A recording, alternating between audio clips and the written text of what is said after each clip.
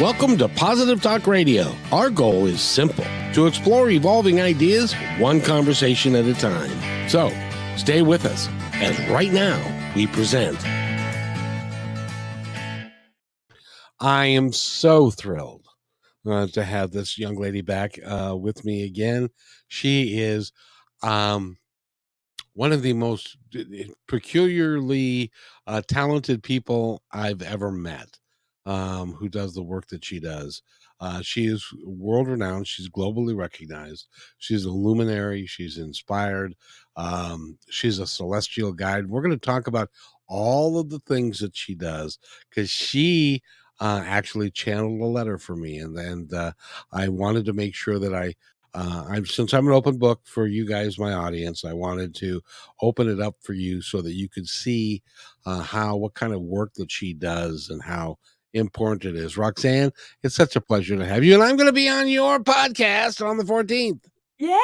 I'm so honored to be here, and I'm just so excited to have you on the show, Kevin. I just love our energy together. I love where the conversation goes. So it's just an honor to have you. Well, you are just remarkable. That's the only words that words don't even, words are not enough when we're talking about you because of all the things that you are capable of doing, your connection to the angelic realm, the things that you do for humanity. It's just is really a cool thing. I really appreciate you as a human being, as a fellow traveler that's trying to make the world a better place for everybody. Thank you, Kevin. And I really appreciate you. And we're all a reflection of one another, and we all have these beautiful gifts and abilities within us. So just thank you for being you and for sharing your medicine with the world also. Isn't it fun It's that so we fun. that we have the opportunity and we have the ability? Each of us has got our own set of gifts, and it's important that each of us use that set of gifts because we came here to use. It'd be like if we went to school to become a carpenter, but we never bought a hammer, and so we didn't become a carpenter because we never had a hammer, but we came with the hammer, and we can use our gifts however we choose to. um but we came with a set of gifts to use everything. It's amazing to me that some of us forget, and we're going to talk about that. See, there's a lot to talk about here. um, we forget that we all are amazing creatures. We Oh, are. why do we forget? Why do we not know? I think we come here to this beautiful planetary system, and before we come, we definitely know what our sacred purpose is and how we want to serve the collective. And then, we go through this traumatic experience, going through this birthing process, which is absolutely beautiful, bringing new life into the world. And then all of a sudden, we're told everything that we should be and everything that we should do with our lives instead of following our own intuitive knowingness.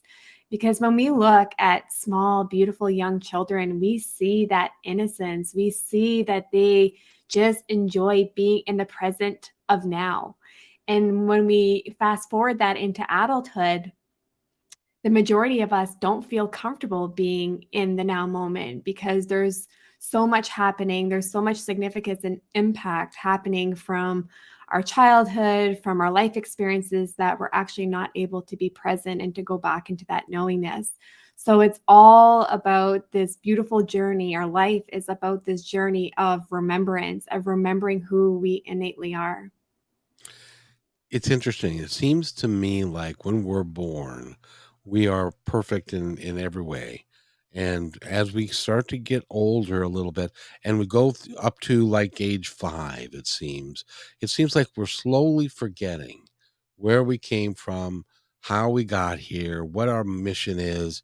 And so we spend the rest of our lives trying to remember, or as it were, remember who we really are and how that we are a member of everybody and stuff. And some of us never get it. They As an example, you were saying they don't live in the now. If you're always concerned about next week's paycheck and what you're going to do next year and the vacation you're going to have and the kids going to, if you're always worried about those things, you never are able to look at the moment that you're in. And it becomes the now moment becomes lost in everything. And but isn't that where your true power comes from? It really is because when we think about, society and the way that the collective is going in this now moment, we've seen that so many people are stuck in reliving their past and bringing up those wounds and allowing those thought processes and those belief systems to really impact their day-to-day lives, which then put them in this state of anxiousness. And then they go into this state of where they're always looking towards the future because the past becomes a little bit unbearable in terms of what they're rehashing in terms of their own belief systems, what they're going through in their now journey. So a lot of the times it's very uncomfortable to be in that now because they haven't been taught to be in that now. They've always been taught to look at tomorrow, to think about tomorrow, and then to relive a little bit of their history because that's what defines them. That's what makes them who they are, which isn't actually the reality or the truth. What makes us who we are is who we innately are in our divine essence, not who we were created and we were manipulated to be in this planetary system. We were here to experience and we're here to be in the now. And it's not to say that as human beings, at every given moment of a day, we're going to be in this now present moment. But it also means that when we go into this beautiful state of trust and surrendering, we're actually able to position ourselves to be in this beautiful state of being in the now because we're not worried about tomorrow because we know that we're always being provided for. And when we shift our mentality, when we decide to live in the state of nature and how nature lives, nature is not a stressful environment. And either is our human environment supposed to be stressful. We have made it stressful. We have made it complicated with everything that is outside of ourselves. So it's coming back to the essence of who we are. And when we witness nature, nature doesn't live in the past. They don't live in the future. They live in the now moment for survival and for joy of their beautiful animal being, right? Or their plant, like a plant doesn't question, what's going to happen tomorrow. They're actually able to be present because that's just the laws of nature. That's what we are intended to be. We're intended to flow with nature, not work against it. And when you're in flow with nature, everything changes. You're not worried about what's going to happen tomorrow because whatever's going to happen tomorrow will be. It's what happened. It's what is happening today. So, and that's why animals have a completely different viewpoint of death. Is that it is what it is. It happens, and then they go on. It really is remarkable how worrisome we have become over time. We're always worried about all kinds of different things. Why do you think that is? Is it because of our past? And the other question I had for you is why don't we change the paradigm of the negative experiences that we've had in the past and treat them as a learning experience to become who you really are rather than this horrible thing that happened to me and I can't forgive or whatever your trauma is. And I'm not trying to belittle trauma here, but what I'm saying is that it's all designed, I believe, for our betterment over time. Am I wrong? No, absolutely. And I think that when we think about, this conversation and every conversation that I have, it never comes with judgment or patronization. It's really about coming back to that knowingness and just coming back to our own innate truth.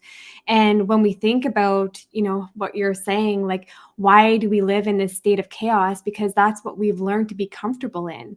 We've learned to be comfortable in this state of chaos so that when we're actually in a state of peace and knowingness, it feels uncomfortable because we're not used to it anymore, because we haven't experienced that probably for 20, 30, 40, 50, 60, 70 years, right? So when we look at small children, we see how innocent they are. We see the resilience they have. They don't hold on to guilt. They don't hold on to resentment.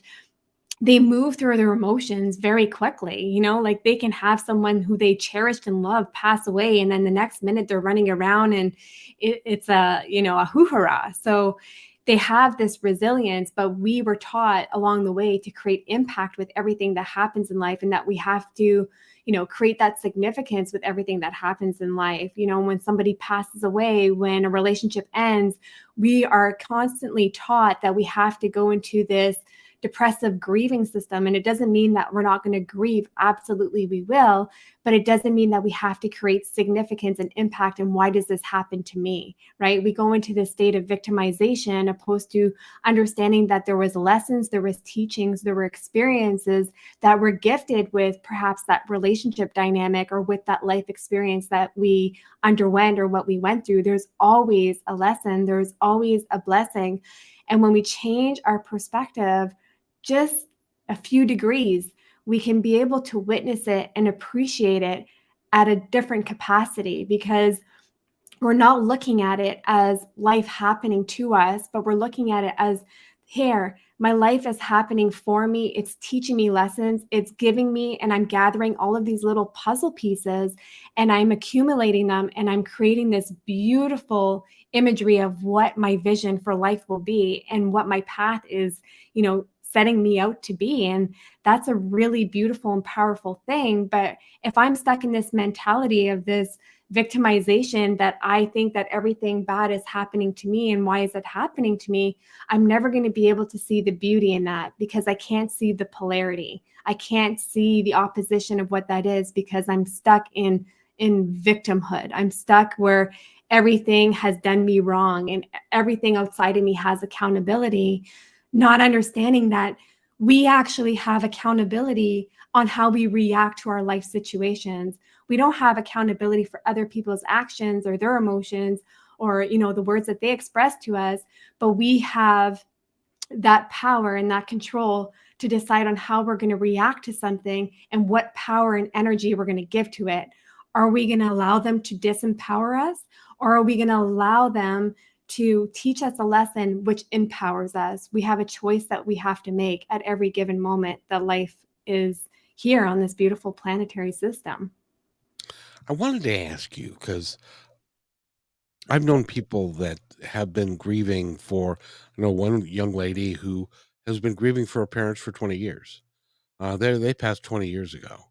And is it because, see, I have a firm belief of what happens to us after we die, that Yeah. we don't die, Yeah. that we continue. We continue to move forward, we continue to move on. So my view of death is different because I don't anticipate doom and gloom and destruction for these people. They are on the other side. They are home now, Yeah. and they're having a wonderful, wonderful existence being home, and they're supporting us.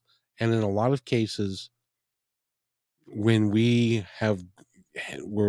got real heavy grief, we don't anticipate and we don't appreciate the fact that they're still with us and that they're hanging around us and they're enjoying their time. And the last thing that they want us to do is to grieve heavily. At least that's kind of my take on it. Is that close to yours? Yes, absolutely. And I love what you've said here, because a lot of times when we experience loss, we tend to go into our grieving stages, which is a very natural place of us, going through this evolutionary process of channeling and going through our emotions and allowing our emotions to flow through. We're going to have sadness, we're going to have anger, we're going to have frustration, we're going to have, you know, excitement and joy also. Like we're going to have all of these aspects part of our grieving process, and every part of it is needed and every part of it is beautiful. What ends up happening is that we get stuck in a part of our grieving process where we actually don't move forward. We're then remaining stagnant, and that is where disaster comes. That is where impact happens, and then it creates illness within our own physical body, because we're holding on to all of these emotions and all of these wounds and all of this trauma, and we're containing it within our energetic, our physical, our intellectual, and our emotional body, where it can't actually release itself. And that to us, as a shaman, becomes very dangerous in terms of their progression of illnesses, because now we're holding on to a story. We've created thought forms with these stories. We've created energy that really isn't serving us. And we can call this misplaced energy or entities that are living within our being. And we create this and we conduct this within our body because we're not actually allowing ourselves to go through the grieving process in a natural state of that evolutionary process of how we grieve. So when we're grieving, we're human beings. It's very important and it's very healthy for us to feel and express are over 27 different emotions that we have within the human emotional body.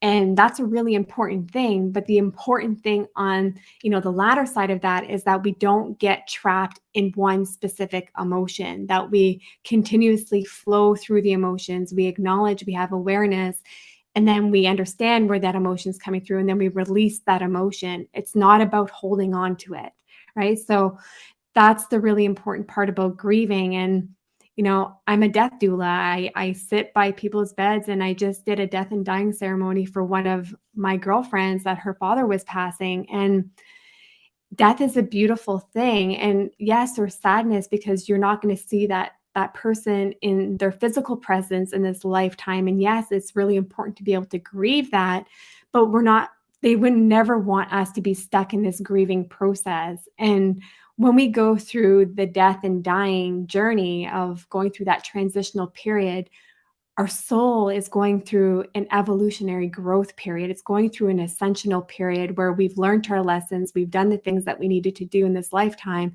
and we're moving on into the next part of our soul's evolution.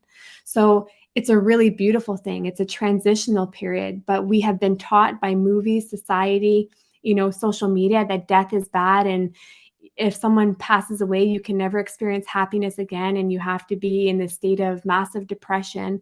But in reality, over 100,000 years ago in our tribal communities, we looked at death as celebrations of life. And this is why celebrations of life are coming back to the forefront, because it's important to celebrate that life that was here and the experiences and the wisdom and the love and everything that soul essence taught us during their journey here on earth.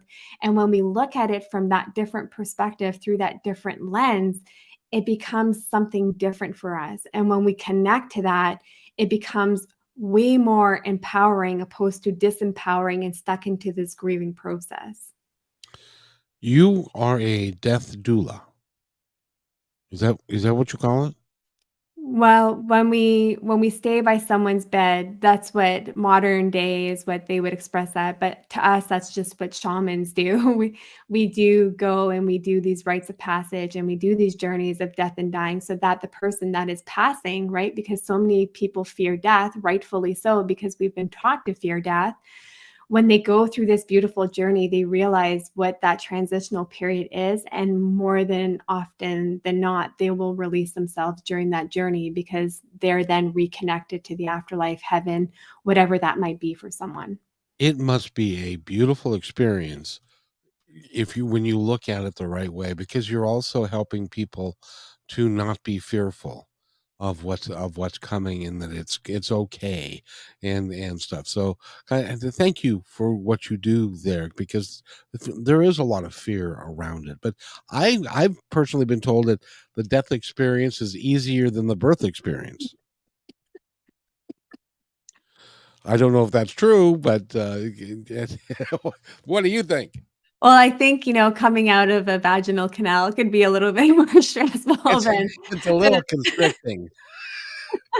than going through, a vortex in the cosmic waves and to the cosmic consciousness. So I'll go with yes.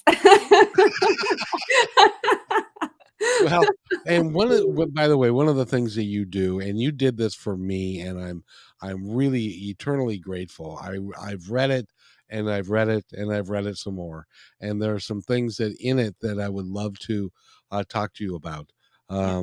because the thing about us in our life is we think that we know what we know, and a lot of times we don't know what and we don't know what we don't know, and so we're hopeful that some of the things that we hope to be are actually true, and Explain the process. First of all, she sent me, and it's like 1, 2, 3, 4, 5, 6, 7, 7, 8 paragraphs uh, about me and about who I am and where I came from and what I'm here to do, and that maybe I should get a small dog or at least act like a small. I'm not sure what, but so I wanted to go over it because this is a conversation that you had, and you do this for people on a regular basis. Yes. Yes, I do that for people that, it's very limited on who I offer those services to because energetically, I like to have that connection with someone before I do. It's not even so much a soul reading, it's like an all-encompassing, multidimensional reading where I really understand, like, the sacred purpose, the soul purpose, and what you're set out in the experiences, what you're here to learn, because that comes to me when I'm channeling and when I'm traveling the realms, and spirit tells me, and I just channel it out, and I write it out, and, I haven't been wrong so far, so that's a good thing.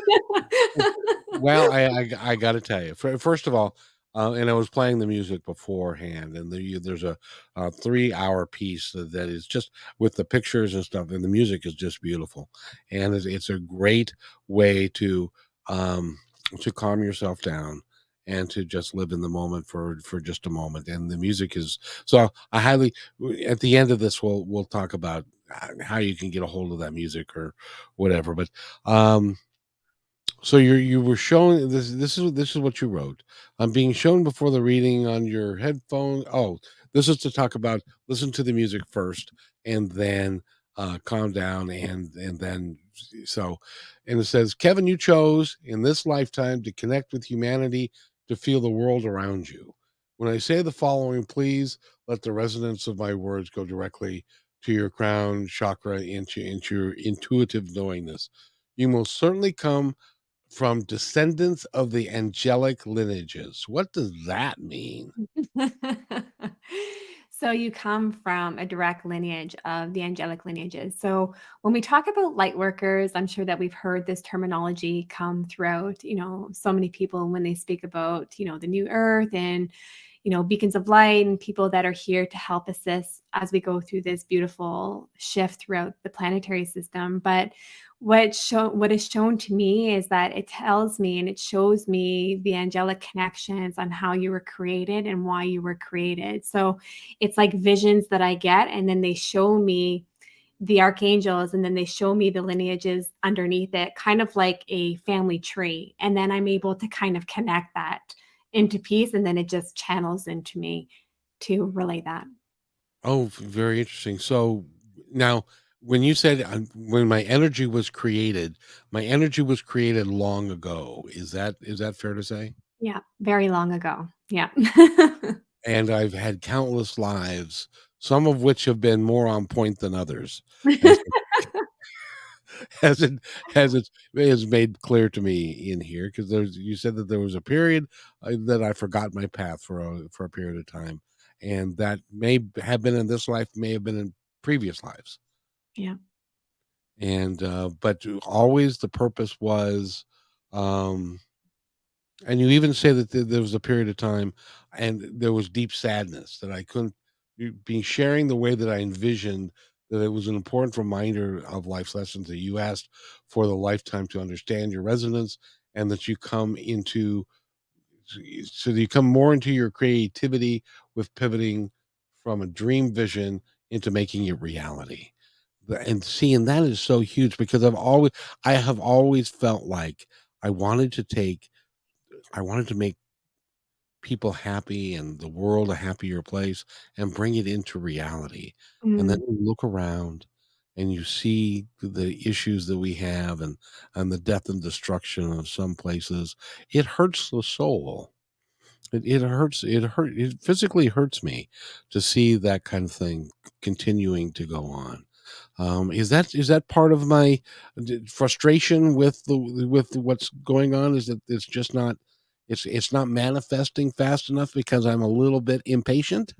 I think that we all have a little bit of impatience within us, but when I go back into that channeling, because I've done that quite some time ago, it was really, what was being brought to me was that everything that was being created in this now moment was very challenging for you to step into your gifts. And it was almost like there was a reason why you weren't actually able to embody your gifts in this lifetime. And it was more of like, what they were showing me was like you kind of sitting on the bench and just kind of waiting for the right timing to be able to come into your own ideology of what that vision was going to be in order to be able to help shift others into this beautiful, positive vibrational frequency. And then it showed me a period of stagnancy where you were really challenged, where almost like the sadness and depression had come over you because you didn't feel like you were living on purpose, that your purpose wasn't coming into alignment. But then what they were showing me was that it wasn't the right timing in that now moment, that timing was meant for healing, and that time for you was meant for you to do the work that you needed to do before coming back out and kind of going back into that soul expression of being back on purpose. So that's what they were showing me in the visions. Do you remember, did we ever talk about the my bad country music song period? No. Um, I did I felt like I wanted to make a change in my life, and that's when I asked the question, why am I really here? And what am I here to do? And how can I be more impactful? And then that sent me on a journey to learn about meditation and spirituality and the different realms that are out there and the different things that I was here to learn. And that led me to the radio show, which led me to the other radio show. And then all of that did that for a year, and all of it stopped because of financial considerations. And then that's when I entered my bad country music song period, which is I think what this is talking about here, which was my dad died, my dog died. Love that dog. It's amazing that we talk about a dog in here, and and my wife left, and I lost my house, and I had to declare bankruptcy, and I hit a bridge with a truck, and I got sued for $50,000, all in a 3 or 4 year period. So it was I was depressed. All my friends went away because my wife left, and they, as a couple, we were all couples, and they all went with her, and nobody called anymore, and so it was just now down just to me and my kids and my family, and so, but that was a clearing of all of the things that needed to take place. And then I had the opportunity to drive a bus in Seattle for 12 years, and I learned humility and dignity and what it's like to be a human that is on down on their luck and homeless, and how to be kind to people who nobody's going to talk to them all day long except for you, and that kind of stuff. So I firmly believe I needed to go through all of those things to get to a point of where I am today, which I'm still not where I'm going to be and where I need to be, where I would love to finish. But does that make sense? Yes, it does, and honestly, Kevin, I didn't know any of this, obviously, because we never chatted about this, but that all makes sense to why I was being shown the visions that I was being shown, and everything was telling me healing, so that was definitely a time and space for you to go through a deep transformative healing, and, something similar like that happened in my life where things just naturally cleanse themselves out the way that they were intended to. But if I would have been in that mindset, like, why is this happening to me and poor me, right? But going into that humility and understanding that we all go through these incredible trials and tribulations, which I call beautiful experiences, because in reality, they're perfection because they teach us something so valuable. They teach us something that really helps us flourish within our own gifts and abilities, our own internal medicines. Just like what you learned right there was like that patience, that humility, that trust and that surrender that everything was going to be okay, right? And this is what these experiences teach us if we allow them to reveal themselves to us without getting in our own way. So for me, now it really makes sense why I was getting those visions. I never knew you had a dog either. So the thing about the dog, they were showing me that they're showing me like the unconditional love of that dog and the resilience of that dog. And it was kind of showing it more like as your pet, and I don't know if this is for companionship or for you to just be able to surrender yourself in this beautiful state of resiliency and unconditional love. So it can be one or the latter, but if you feel called to obviously have a dog, then that's what it means. You're looking for that companionship, that partnership with that animal guide. So I think that's really beautiful. At this point in time, it's more about remembering the unconditional love, that a dog and more than a cat, I'm sorry, cat people, I'm just but I the dog that, was my best friend it was totally unconditional. And every time that I walked in the door, he was happy. I wish my wife was as happy to see me as he was, but he was always, there for me. So, and I've always been a dog person, but that one was near and dear to my heart, and I ended up having to put him down because he had cancer.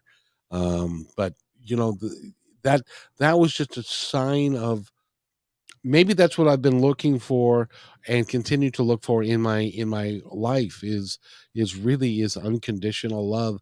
And so far I've only found it in a dog. We're gonna start dating dogs. I don't know what to tell you. No, I'm kidding. Just kidding. That's Exactly. No, that'll be misconstrued. But but yeah, I think that, when an animal can show us that they just have an unconditional love towards us, it's such a beautiful and powerful thing that that is actually possible. And when we connect with our own spirit and our own essence and our oversoul and the creator, the universe, God, whoever that might be, for whoever is listening, is that that unconditional love is there. There is infinite unconditional love and intelligence that surrounds us on a daily basis, that is there to fulfill us, there to create happiness within us, and there to create peace within us. It's just up to us to choose to step into it and to acknowledge it and to receive it. and if you can do that, if you have problems doing that, let's say, go talk to Roxanne. She can help you. Because it is so important that you accept some of those things, but look for the future and live in the present, but also be prepared for some really cool things to happen to you. Because I'm willing to bet that cool things happen to you almost every day. Miracles happen every single day to all of us.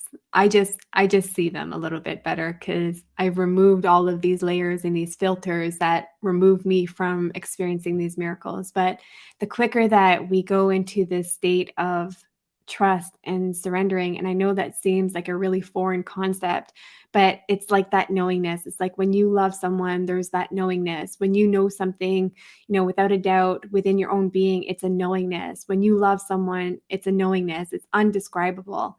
And this unwavering sense of, inner peace and knowingness is exactly that. Surrendering to knowingness is exactly that. It's undescribable because there's nothing else like it. And then you can never unknow it because once you have that knowingness, the awareness is there and you can't unknow what you already know. So it's just such a powerful thing. So when we come and we're living in this place of surrender and knowingness, some people might refer to this as faith because we have to have faith in order to surrender and in order for us to experience that knowingness. And when we surrender and when we have that faith, that everything will always work out as it should. Nothing needs to be forced, nothing needs to be manipulated. Everything will work out as it should. And we allow the divinity around us to happen and to flourish. That is when the most beautiful gifts are given to us and the most beautiful things transpire within our life because we're not living in stress, we're not living in chaos, we're not living in this, world of thinking that we don't belong here, we're not worthy of such and such. We just have a profound knowingness, and that overrides absolutely every thought process that we have within our intellectual body. Sometimes does it make you just laugh? Yes. and when I say that, it's like, oh, you guys did it again. That's just see, I have conversations with with my guy, just like, all right, well, you guys get to pick. You show me what you want me to do, and I'll do it. and will talk to me through music, and they talk to me Yep. through all kinds of different stuff. Sometimes I'm just like, "Seriously? Okay."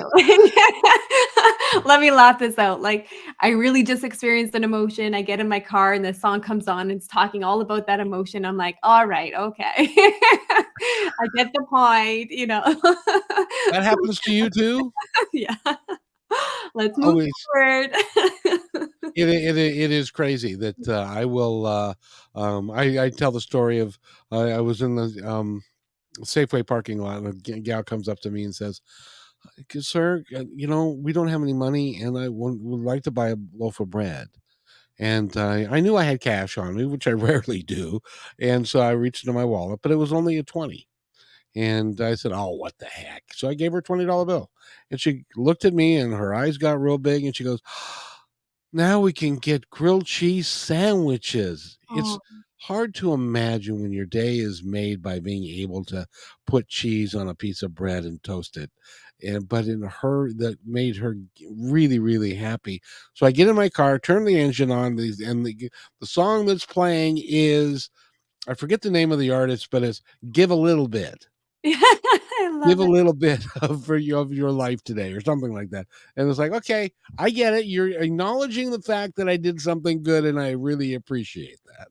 And we think that these are all synchronicities and coincidences, but in reality, they're all these small miracles, just kind of that affirmation that we are not alone, right? We're always being guided throughout our journey. And when we pay something forward, it feels so good in the resonance of who we are.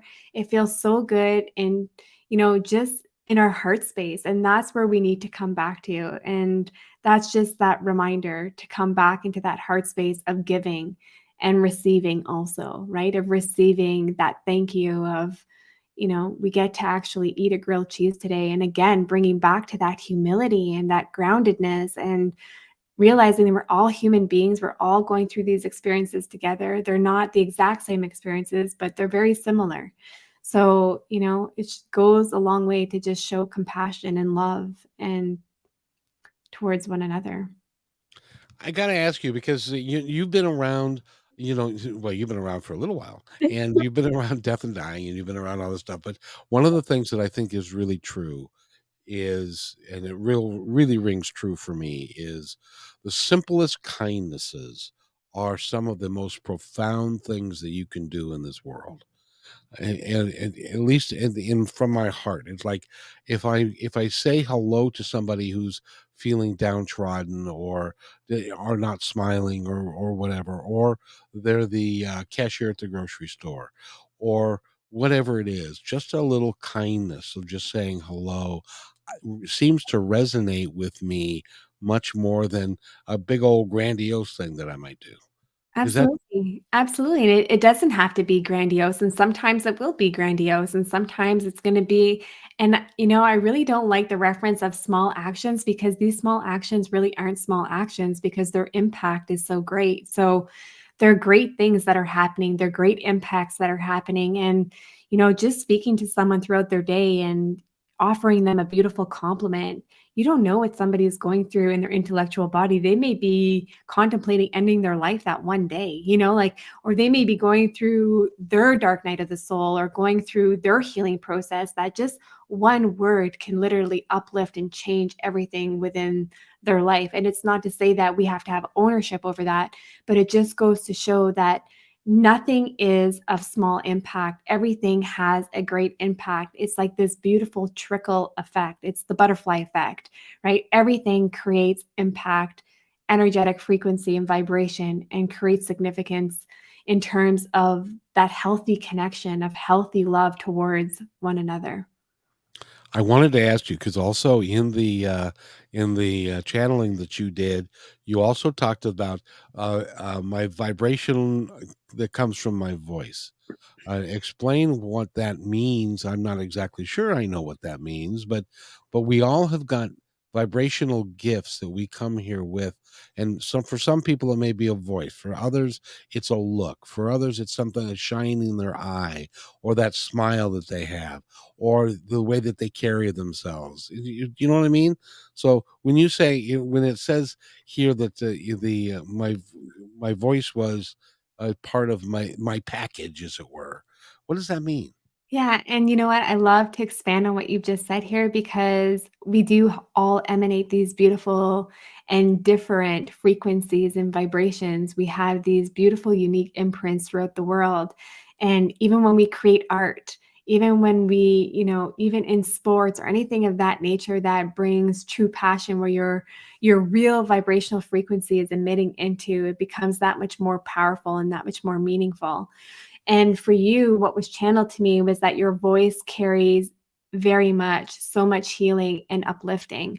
And, I'm sure that this is kind of a little bit relevant now that you're doing a radio show, but the vibration of your voice, the frequency of your voice actually soothes people and actually heals people as they listen to you. They're inclined to want to be in that connection with you because that's part of your own innate gifts and abilities, is that you have this beautiful gift that you can draw people in with your voice, and that captivates them. And those words that you say create a different resonance within their being than what I would say in the way that my voice emanates and, vibrates. Well, whoever is attracted to that vibrational frequency will be, attracted to what I speak and to what I say. But those that are attracted to your vibrational of your frequency of your voice already are in grasp of that connection of when they hear you speak. So when they hear you speak, you're captivating them, you're drawing them in, and they're listening with intent. And when we listen with intent, that's when little shifts begin to happen. Our mindset begins to shift, our emotional body begins to shift, our energetic body begins to shift, and then our physical body begins to shift. So that's part of your own innate internal medicines, which is a beautiful gift that you've been given. And been given is the correct word. I had nothing to do with it. It came from, and that's what really amazes me is that there was such thought and planning in all of our existence that we are living through here that predated our birth, and we said, okay, we you need to have this gift, and so this is the gift that we are going to give you, that you can cultivate over time, and it's an important gift, whatever the gift is. Go ahead.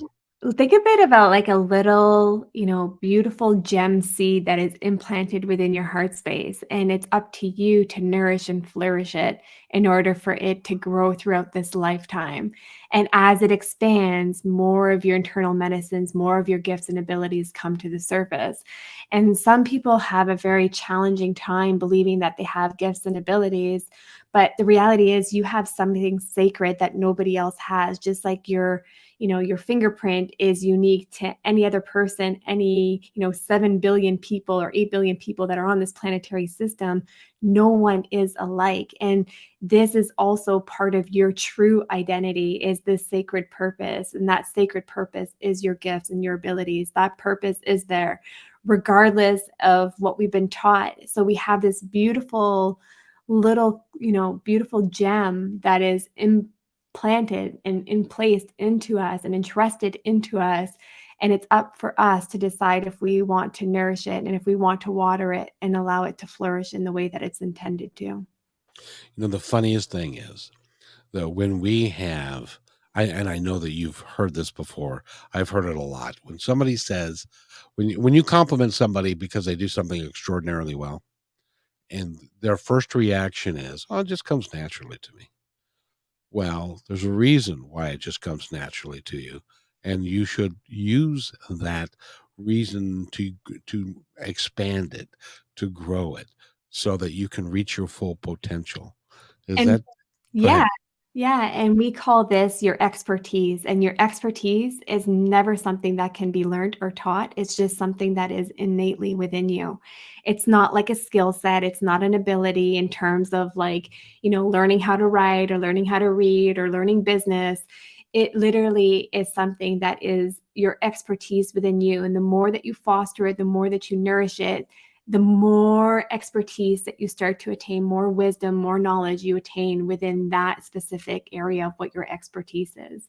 And that is your gift. That is your ability. And it's something that comes natural to you. It's not something that is forced. It's not something that you have to learn. It's something that just comes to you. And it's with practice, your own internal practice, that you strengthen that expertise and you strengthen that knowingness. And yet a lot of us poo-poo it and basically say, "Oh, that's easy." You know, and it may be easy for you, but it's not easy for me. Well, I think we even see this with, natural born athletes or natural born, like artists, artistry. And we think about like musicians. Some people are just gifted with that voice or gifted with that, like with that skill set, with that expertise. And that's a really beautiful thing that was part of their sacred purpose. So it's up to them if they decide to choose to discover that or not. I get to talk to so many people that would say, "Oh, it was just a download." It's like, now I want you to think about what you just said. It's just a download. Now, downloads don't happen to everybody. I just want or we're not aware of them, and some people are more sensitive to them. Like you get downloads, I imagine, all the time because you're very sensitive to them. Whereas other folks may think, "Oh, that was just a dream," or that was just a passing thought, and suddenly, you know what I mean? Yeah. And so we need to pay attention to each moment, because that is when that's when those little nuggets grow inside of us. Absolutely, and it's never just a dream. It's never just a fleeting thought. It's always connection to divine intelligence, and, it's funny, I was really brought to, like, how we can see things a little bit outside of ourselves, and when we're constantly focusing with our eyes or, with our brain, we're always looking for something that is concrete and that it's something that is measurable and that it's tangible, but the unseen world is when we're out of focus and when we're not focusing on the things that we need to be thinking of or that we need to be seeing. And if you ever look at a light that is like a little, even like a little flashlight or anything like that of that nature. And if you look at it in certain angles when you're focusing, it looks just like a light. But when you look at it a little bit unfocused, you can see all of the quantum. You can see all of the areas where the light actually emanates from and how it spectrums all around us, just like we have all of these, frequencies and radio frequencies that are happening around us, just like how we have satellite radio in our car. All of these things are happening around us constantly. We're just not aware of them because we're not focusing. We're not in that state of unfocus where we can actually experience it. We're focusing too much on what's tangible in front of us. So when we have these dreams, when we have these visions, or we have these thoughts, it's something beyond that. And we need to start leaning into that and finding curiosity with that, because that leads us down a more beautiful path as we start exploring that. Because our imagination is our creativity, and our creativity is our realism, and our realism is what creates everything around us.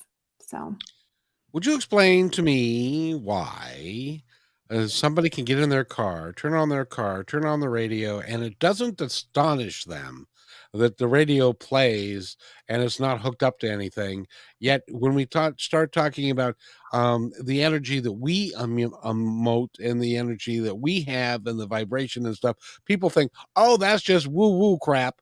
Well, go get in your car and turn on the radio. Is that woo woo? That's just science. it's just science, and we are science in a sense. We're not science, we're spiritual, but what we call it here, and how we measure things is very scientific. But in quantum science and measurable science and organized religions, we are energy, and energy cannot be created and energy can never be destroyed. And that's proven just like the law of gravity.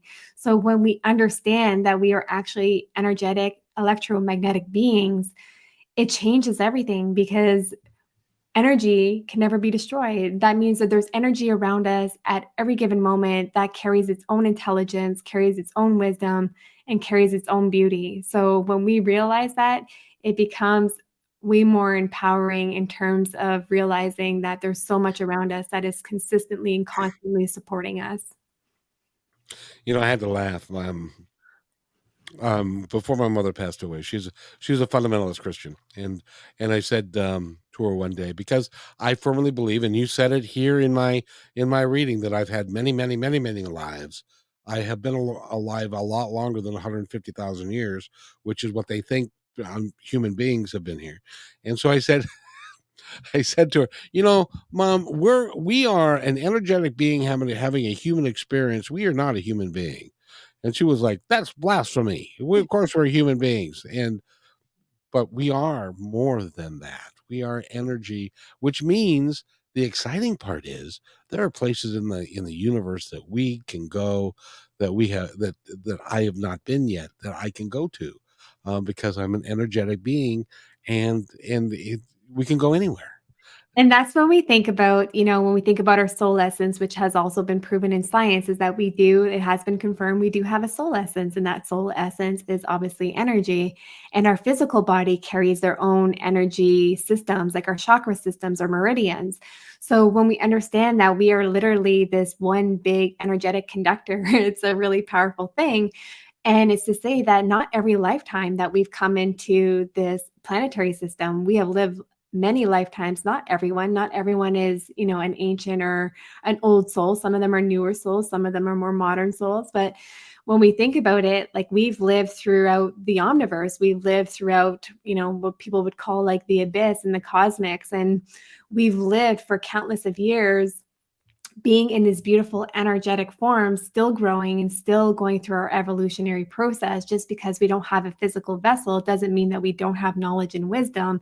Just like, what's happening around us when things are connecting with one another, they have that knowledge and wisdom in order to connect to your satellite radio, right? Like there's always that wisdom that is being connected. So when we understand that it's so much more than what we've been taught and what we've been told, and that science is now just catching up to spirituality, is a very powerful thing, because we're on the brinks of really learning and understanding ourselves in our multidimensional being, because we've never really understood that. We just thought we don't even really understand the human brain yet.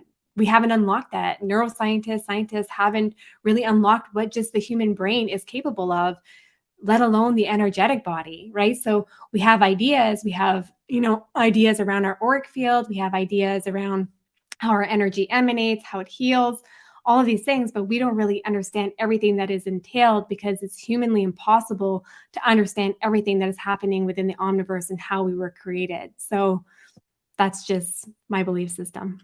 No, I think that you are absolutely correct. I tried. Number one, I trust that system, and you know how I trust that system, and how I know it is true that we have a soul. Let me take you back into the mists of time, way back. When I was Come with me. when when I was a kid, they don't do this so much today, because a lot of people are cremated. But you know that when you see somebody die and they have passed, um, there is a different look to them than they were when they were alive. And my The soul leaves the body. yes, my and I when I was 13, my grandfather passed away, one of them, and the other one had passed away a couple years earlier. He had a particular look to his face. His eyes were a certain way, his lips were pursed a certain way, and that was how he looked. And they tried, after he passed away, they had a picture of him, and they tried to make him look like the picture of when he was alive, and they couldn't do it. No. Wasn't even close. And the other grandpa, when he passed away, and of course there was the showing, and we would go up, and I looked at him and I said, "He ain't here." And Yeah. I knew for a fact that what that was a used car that had no longer functioned, and but he wasn't here. His essence was gone from there, and it was vibrating at a higher rate, and he was probably in the room. We just couldn't see him. Yeah. Absolutely. Absolutely, It's and I see that every time that I help someone transition over, and even when I, doing cycle pumping and for those that are shamans or that practice that is when we bring these beautiful souls and we make sure that they pass the veil, it's a really beautiful thing because they show your physical body and the soul essence. Even though they look similar, there is already some differences that happen. So it's really interesting. Wait a minute, you're not gonna get away with that. Say that again?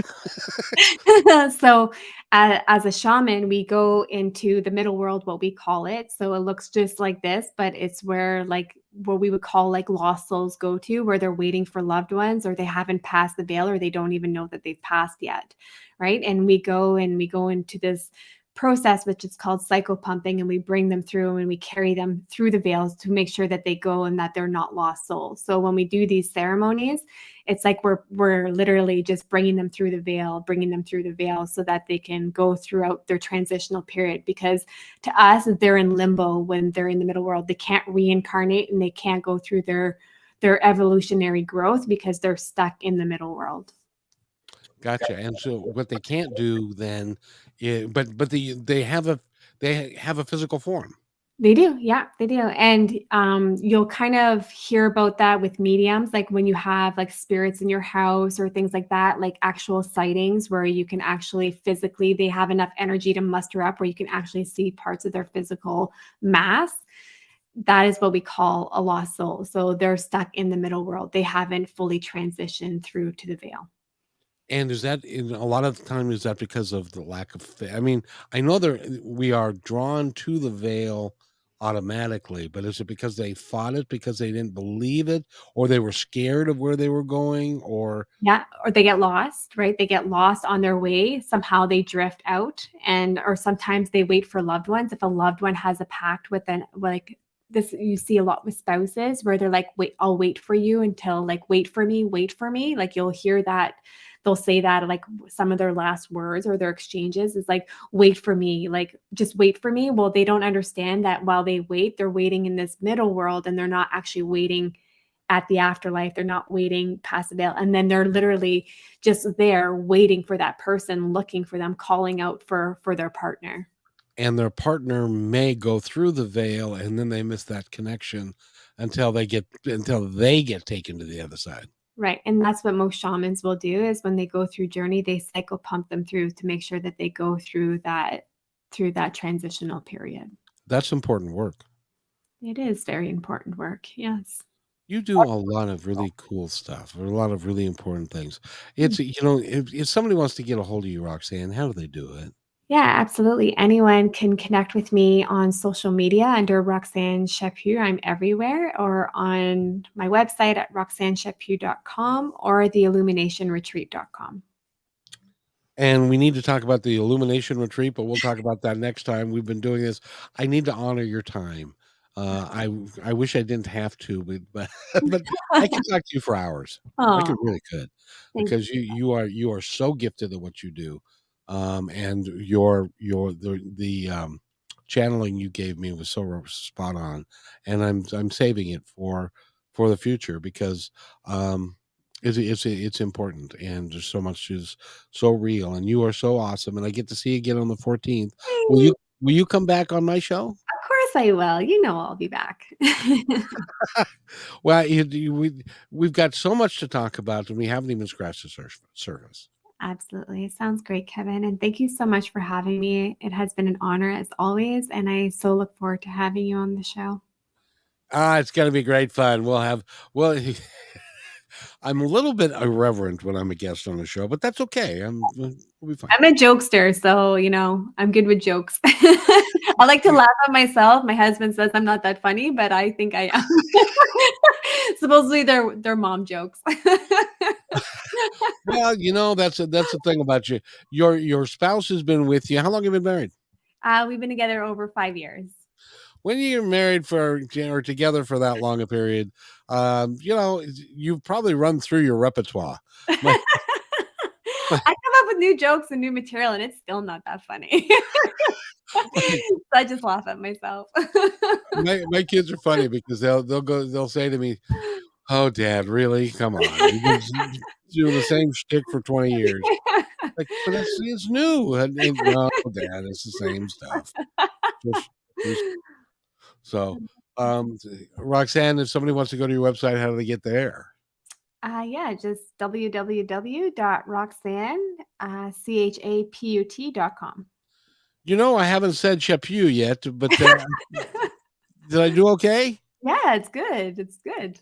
Very good, Roxanne Very good. Chaput. Very good. Very good.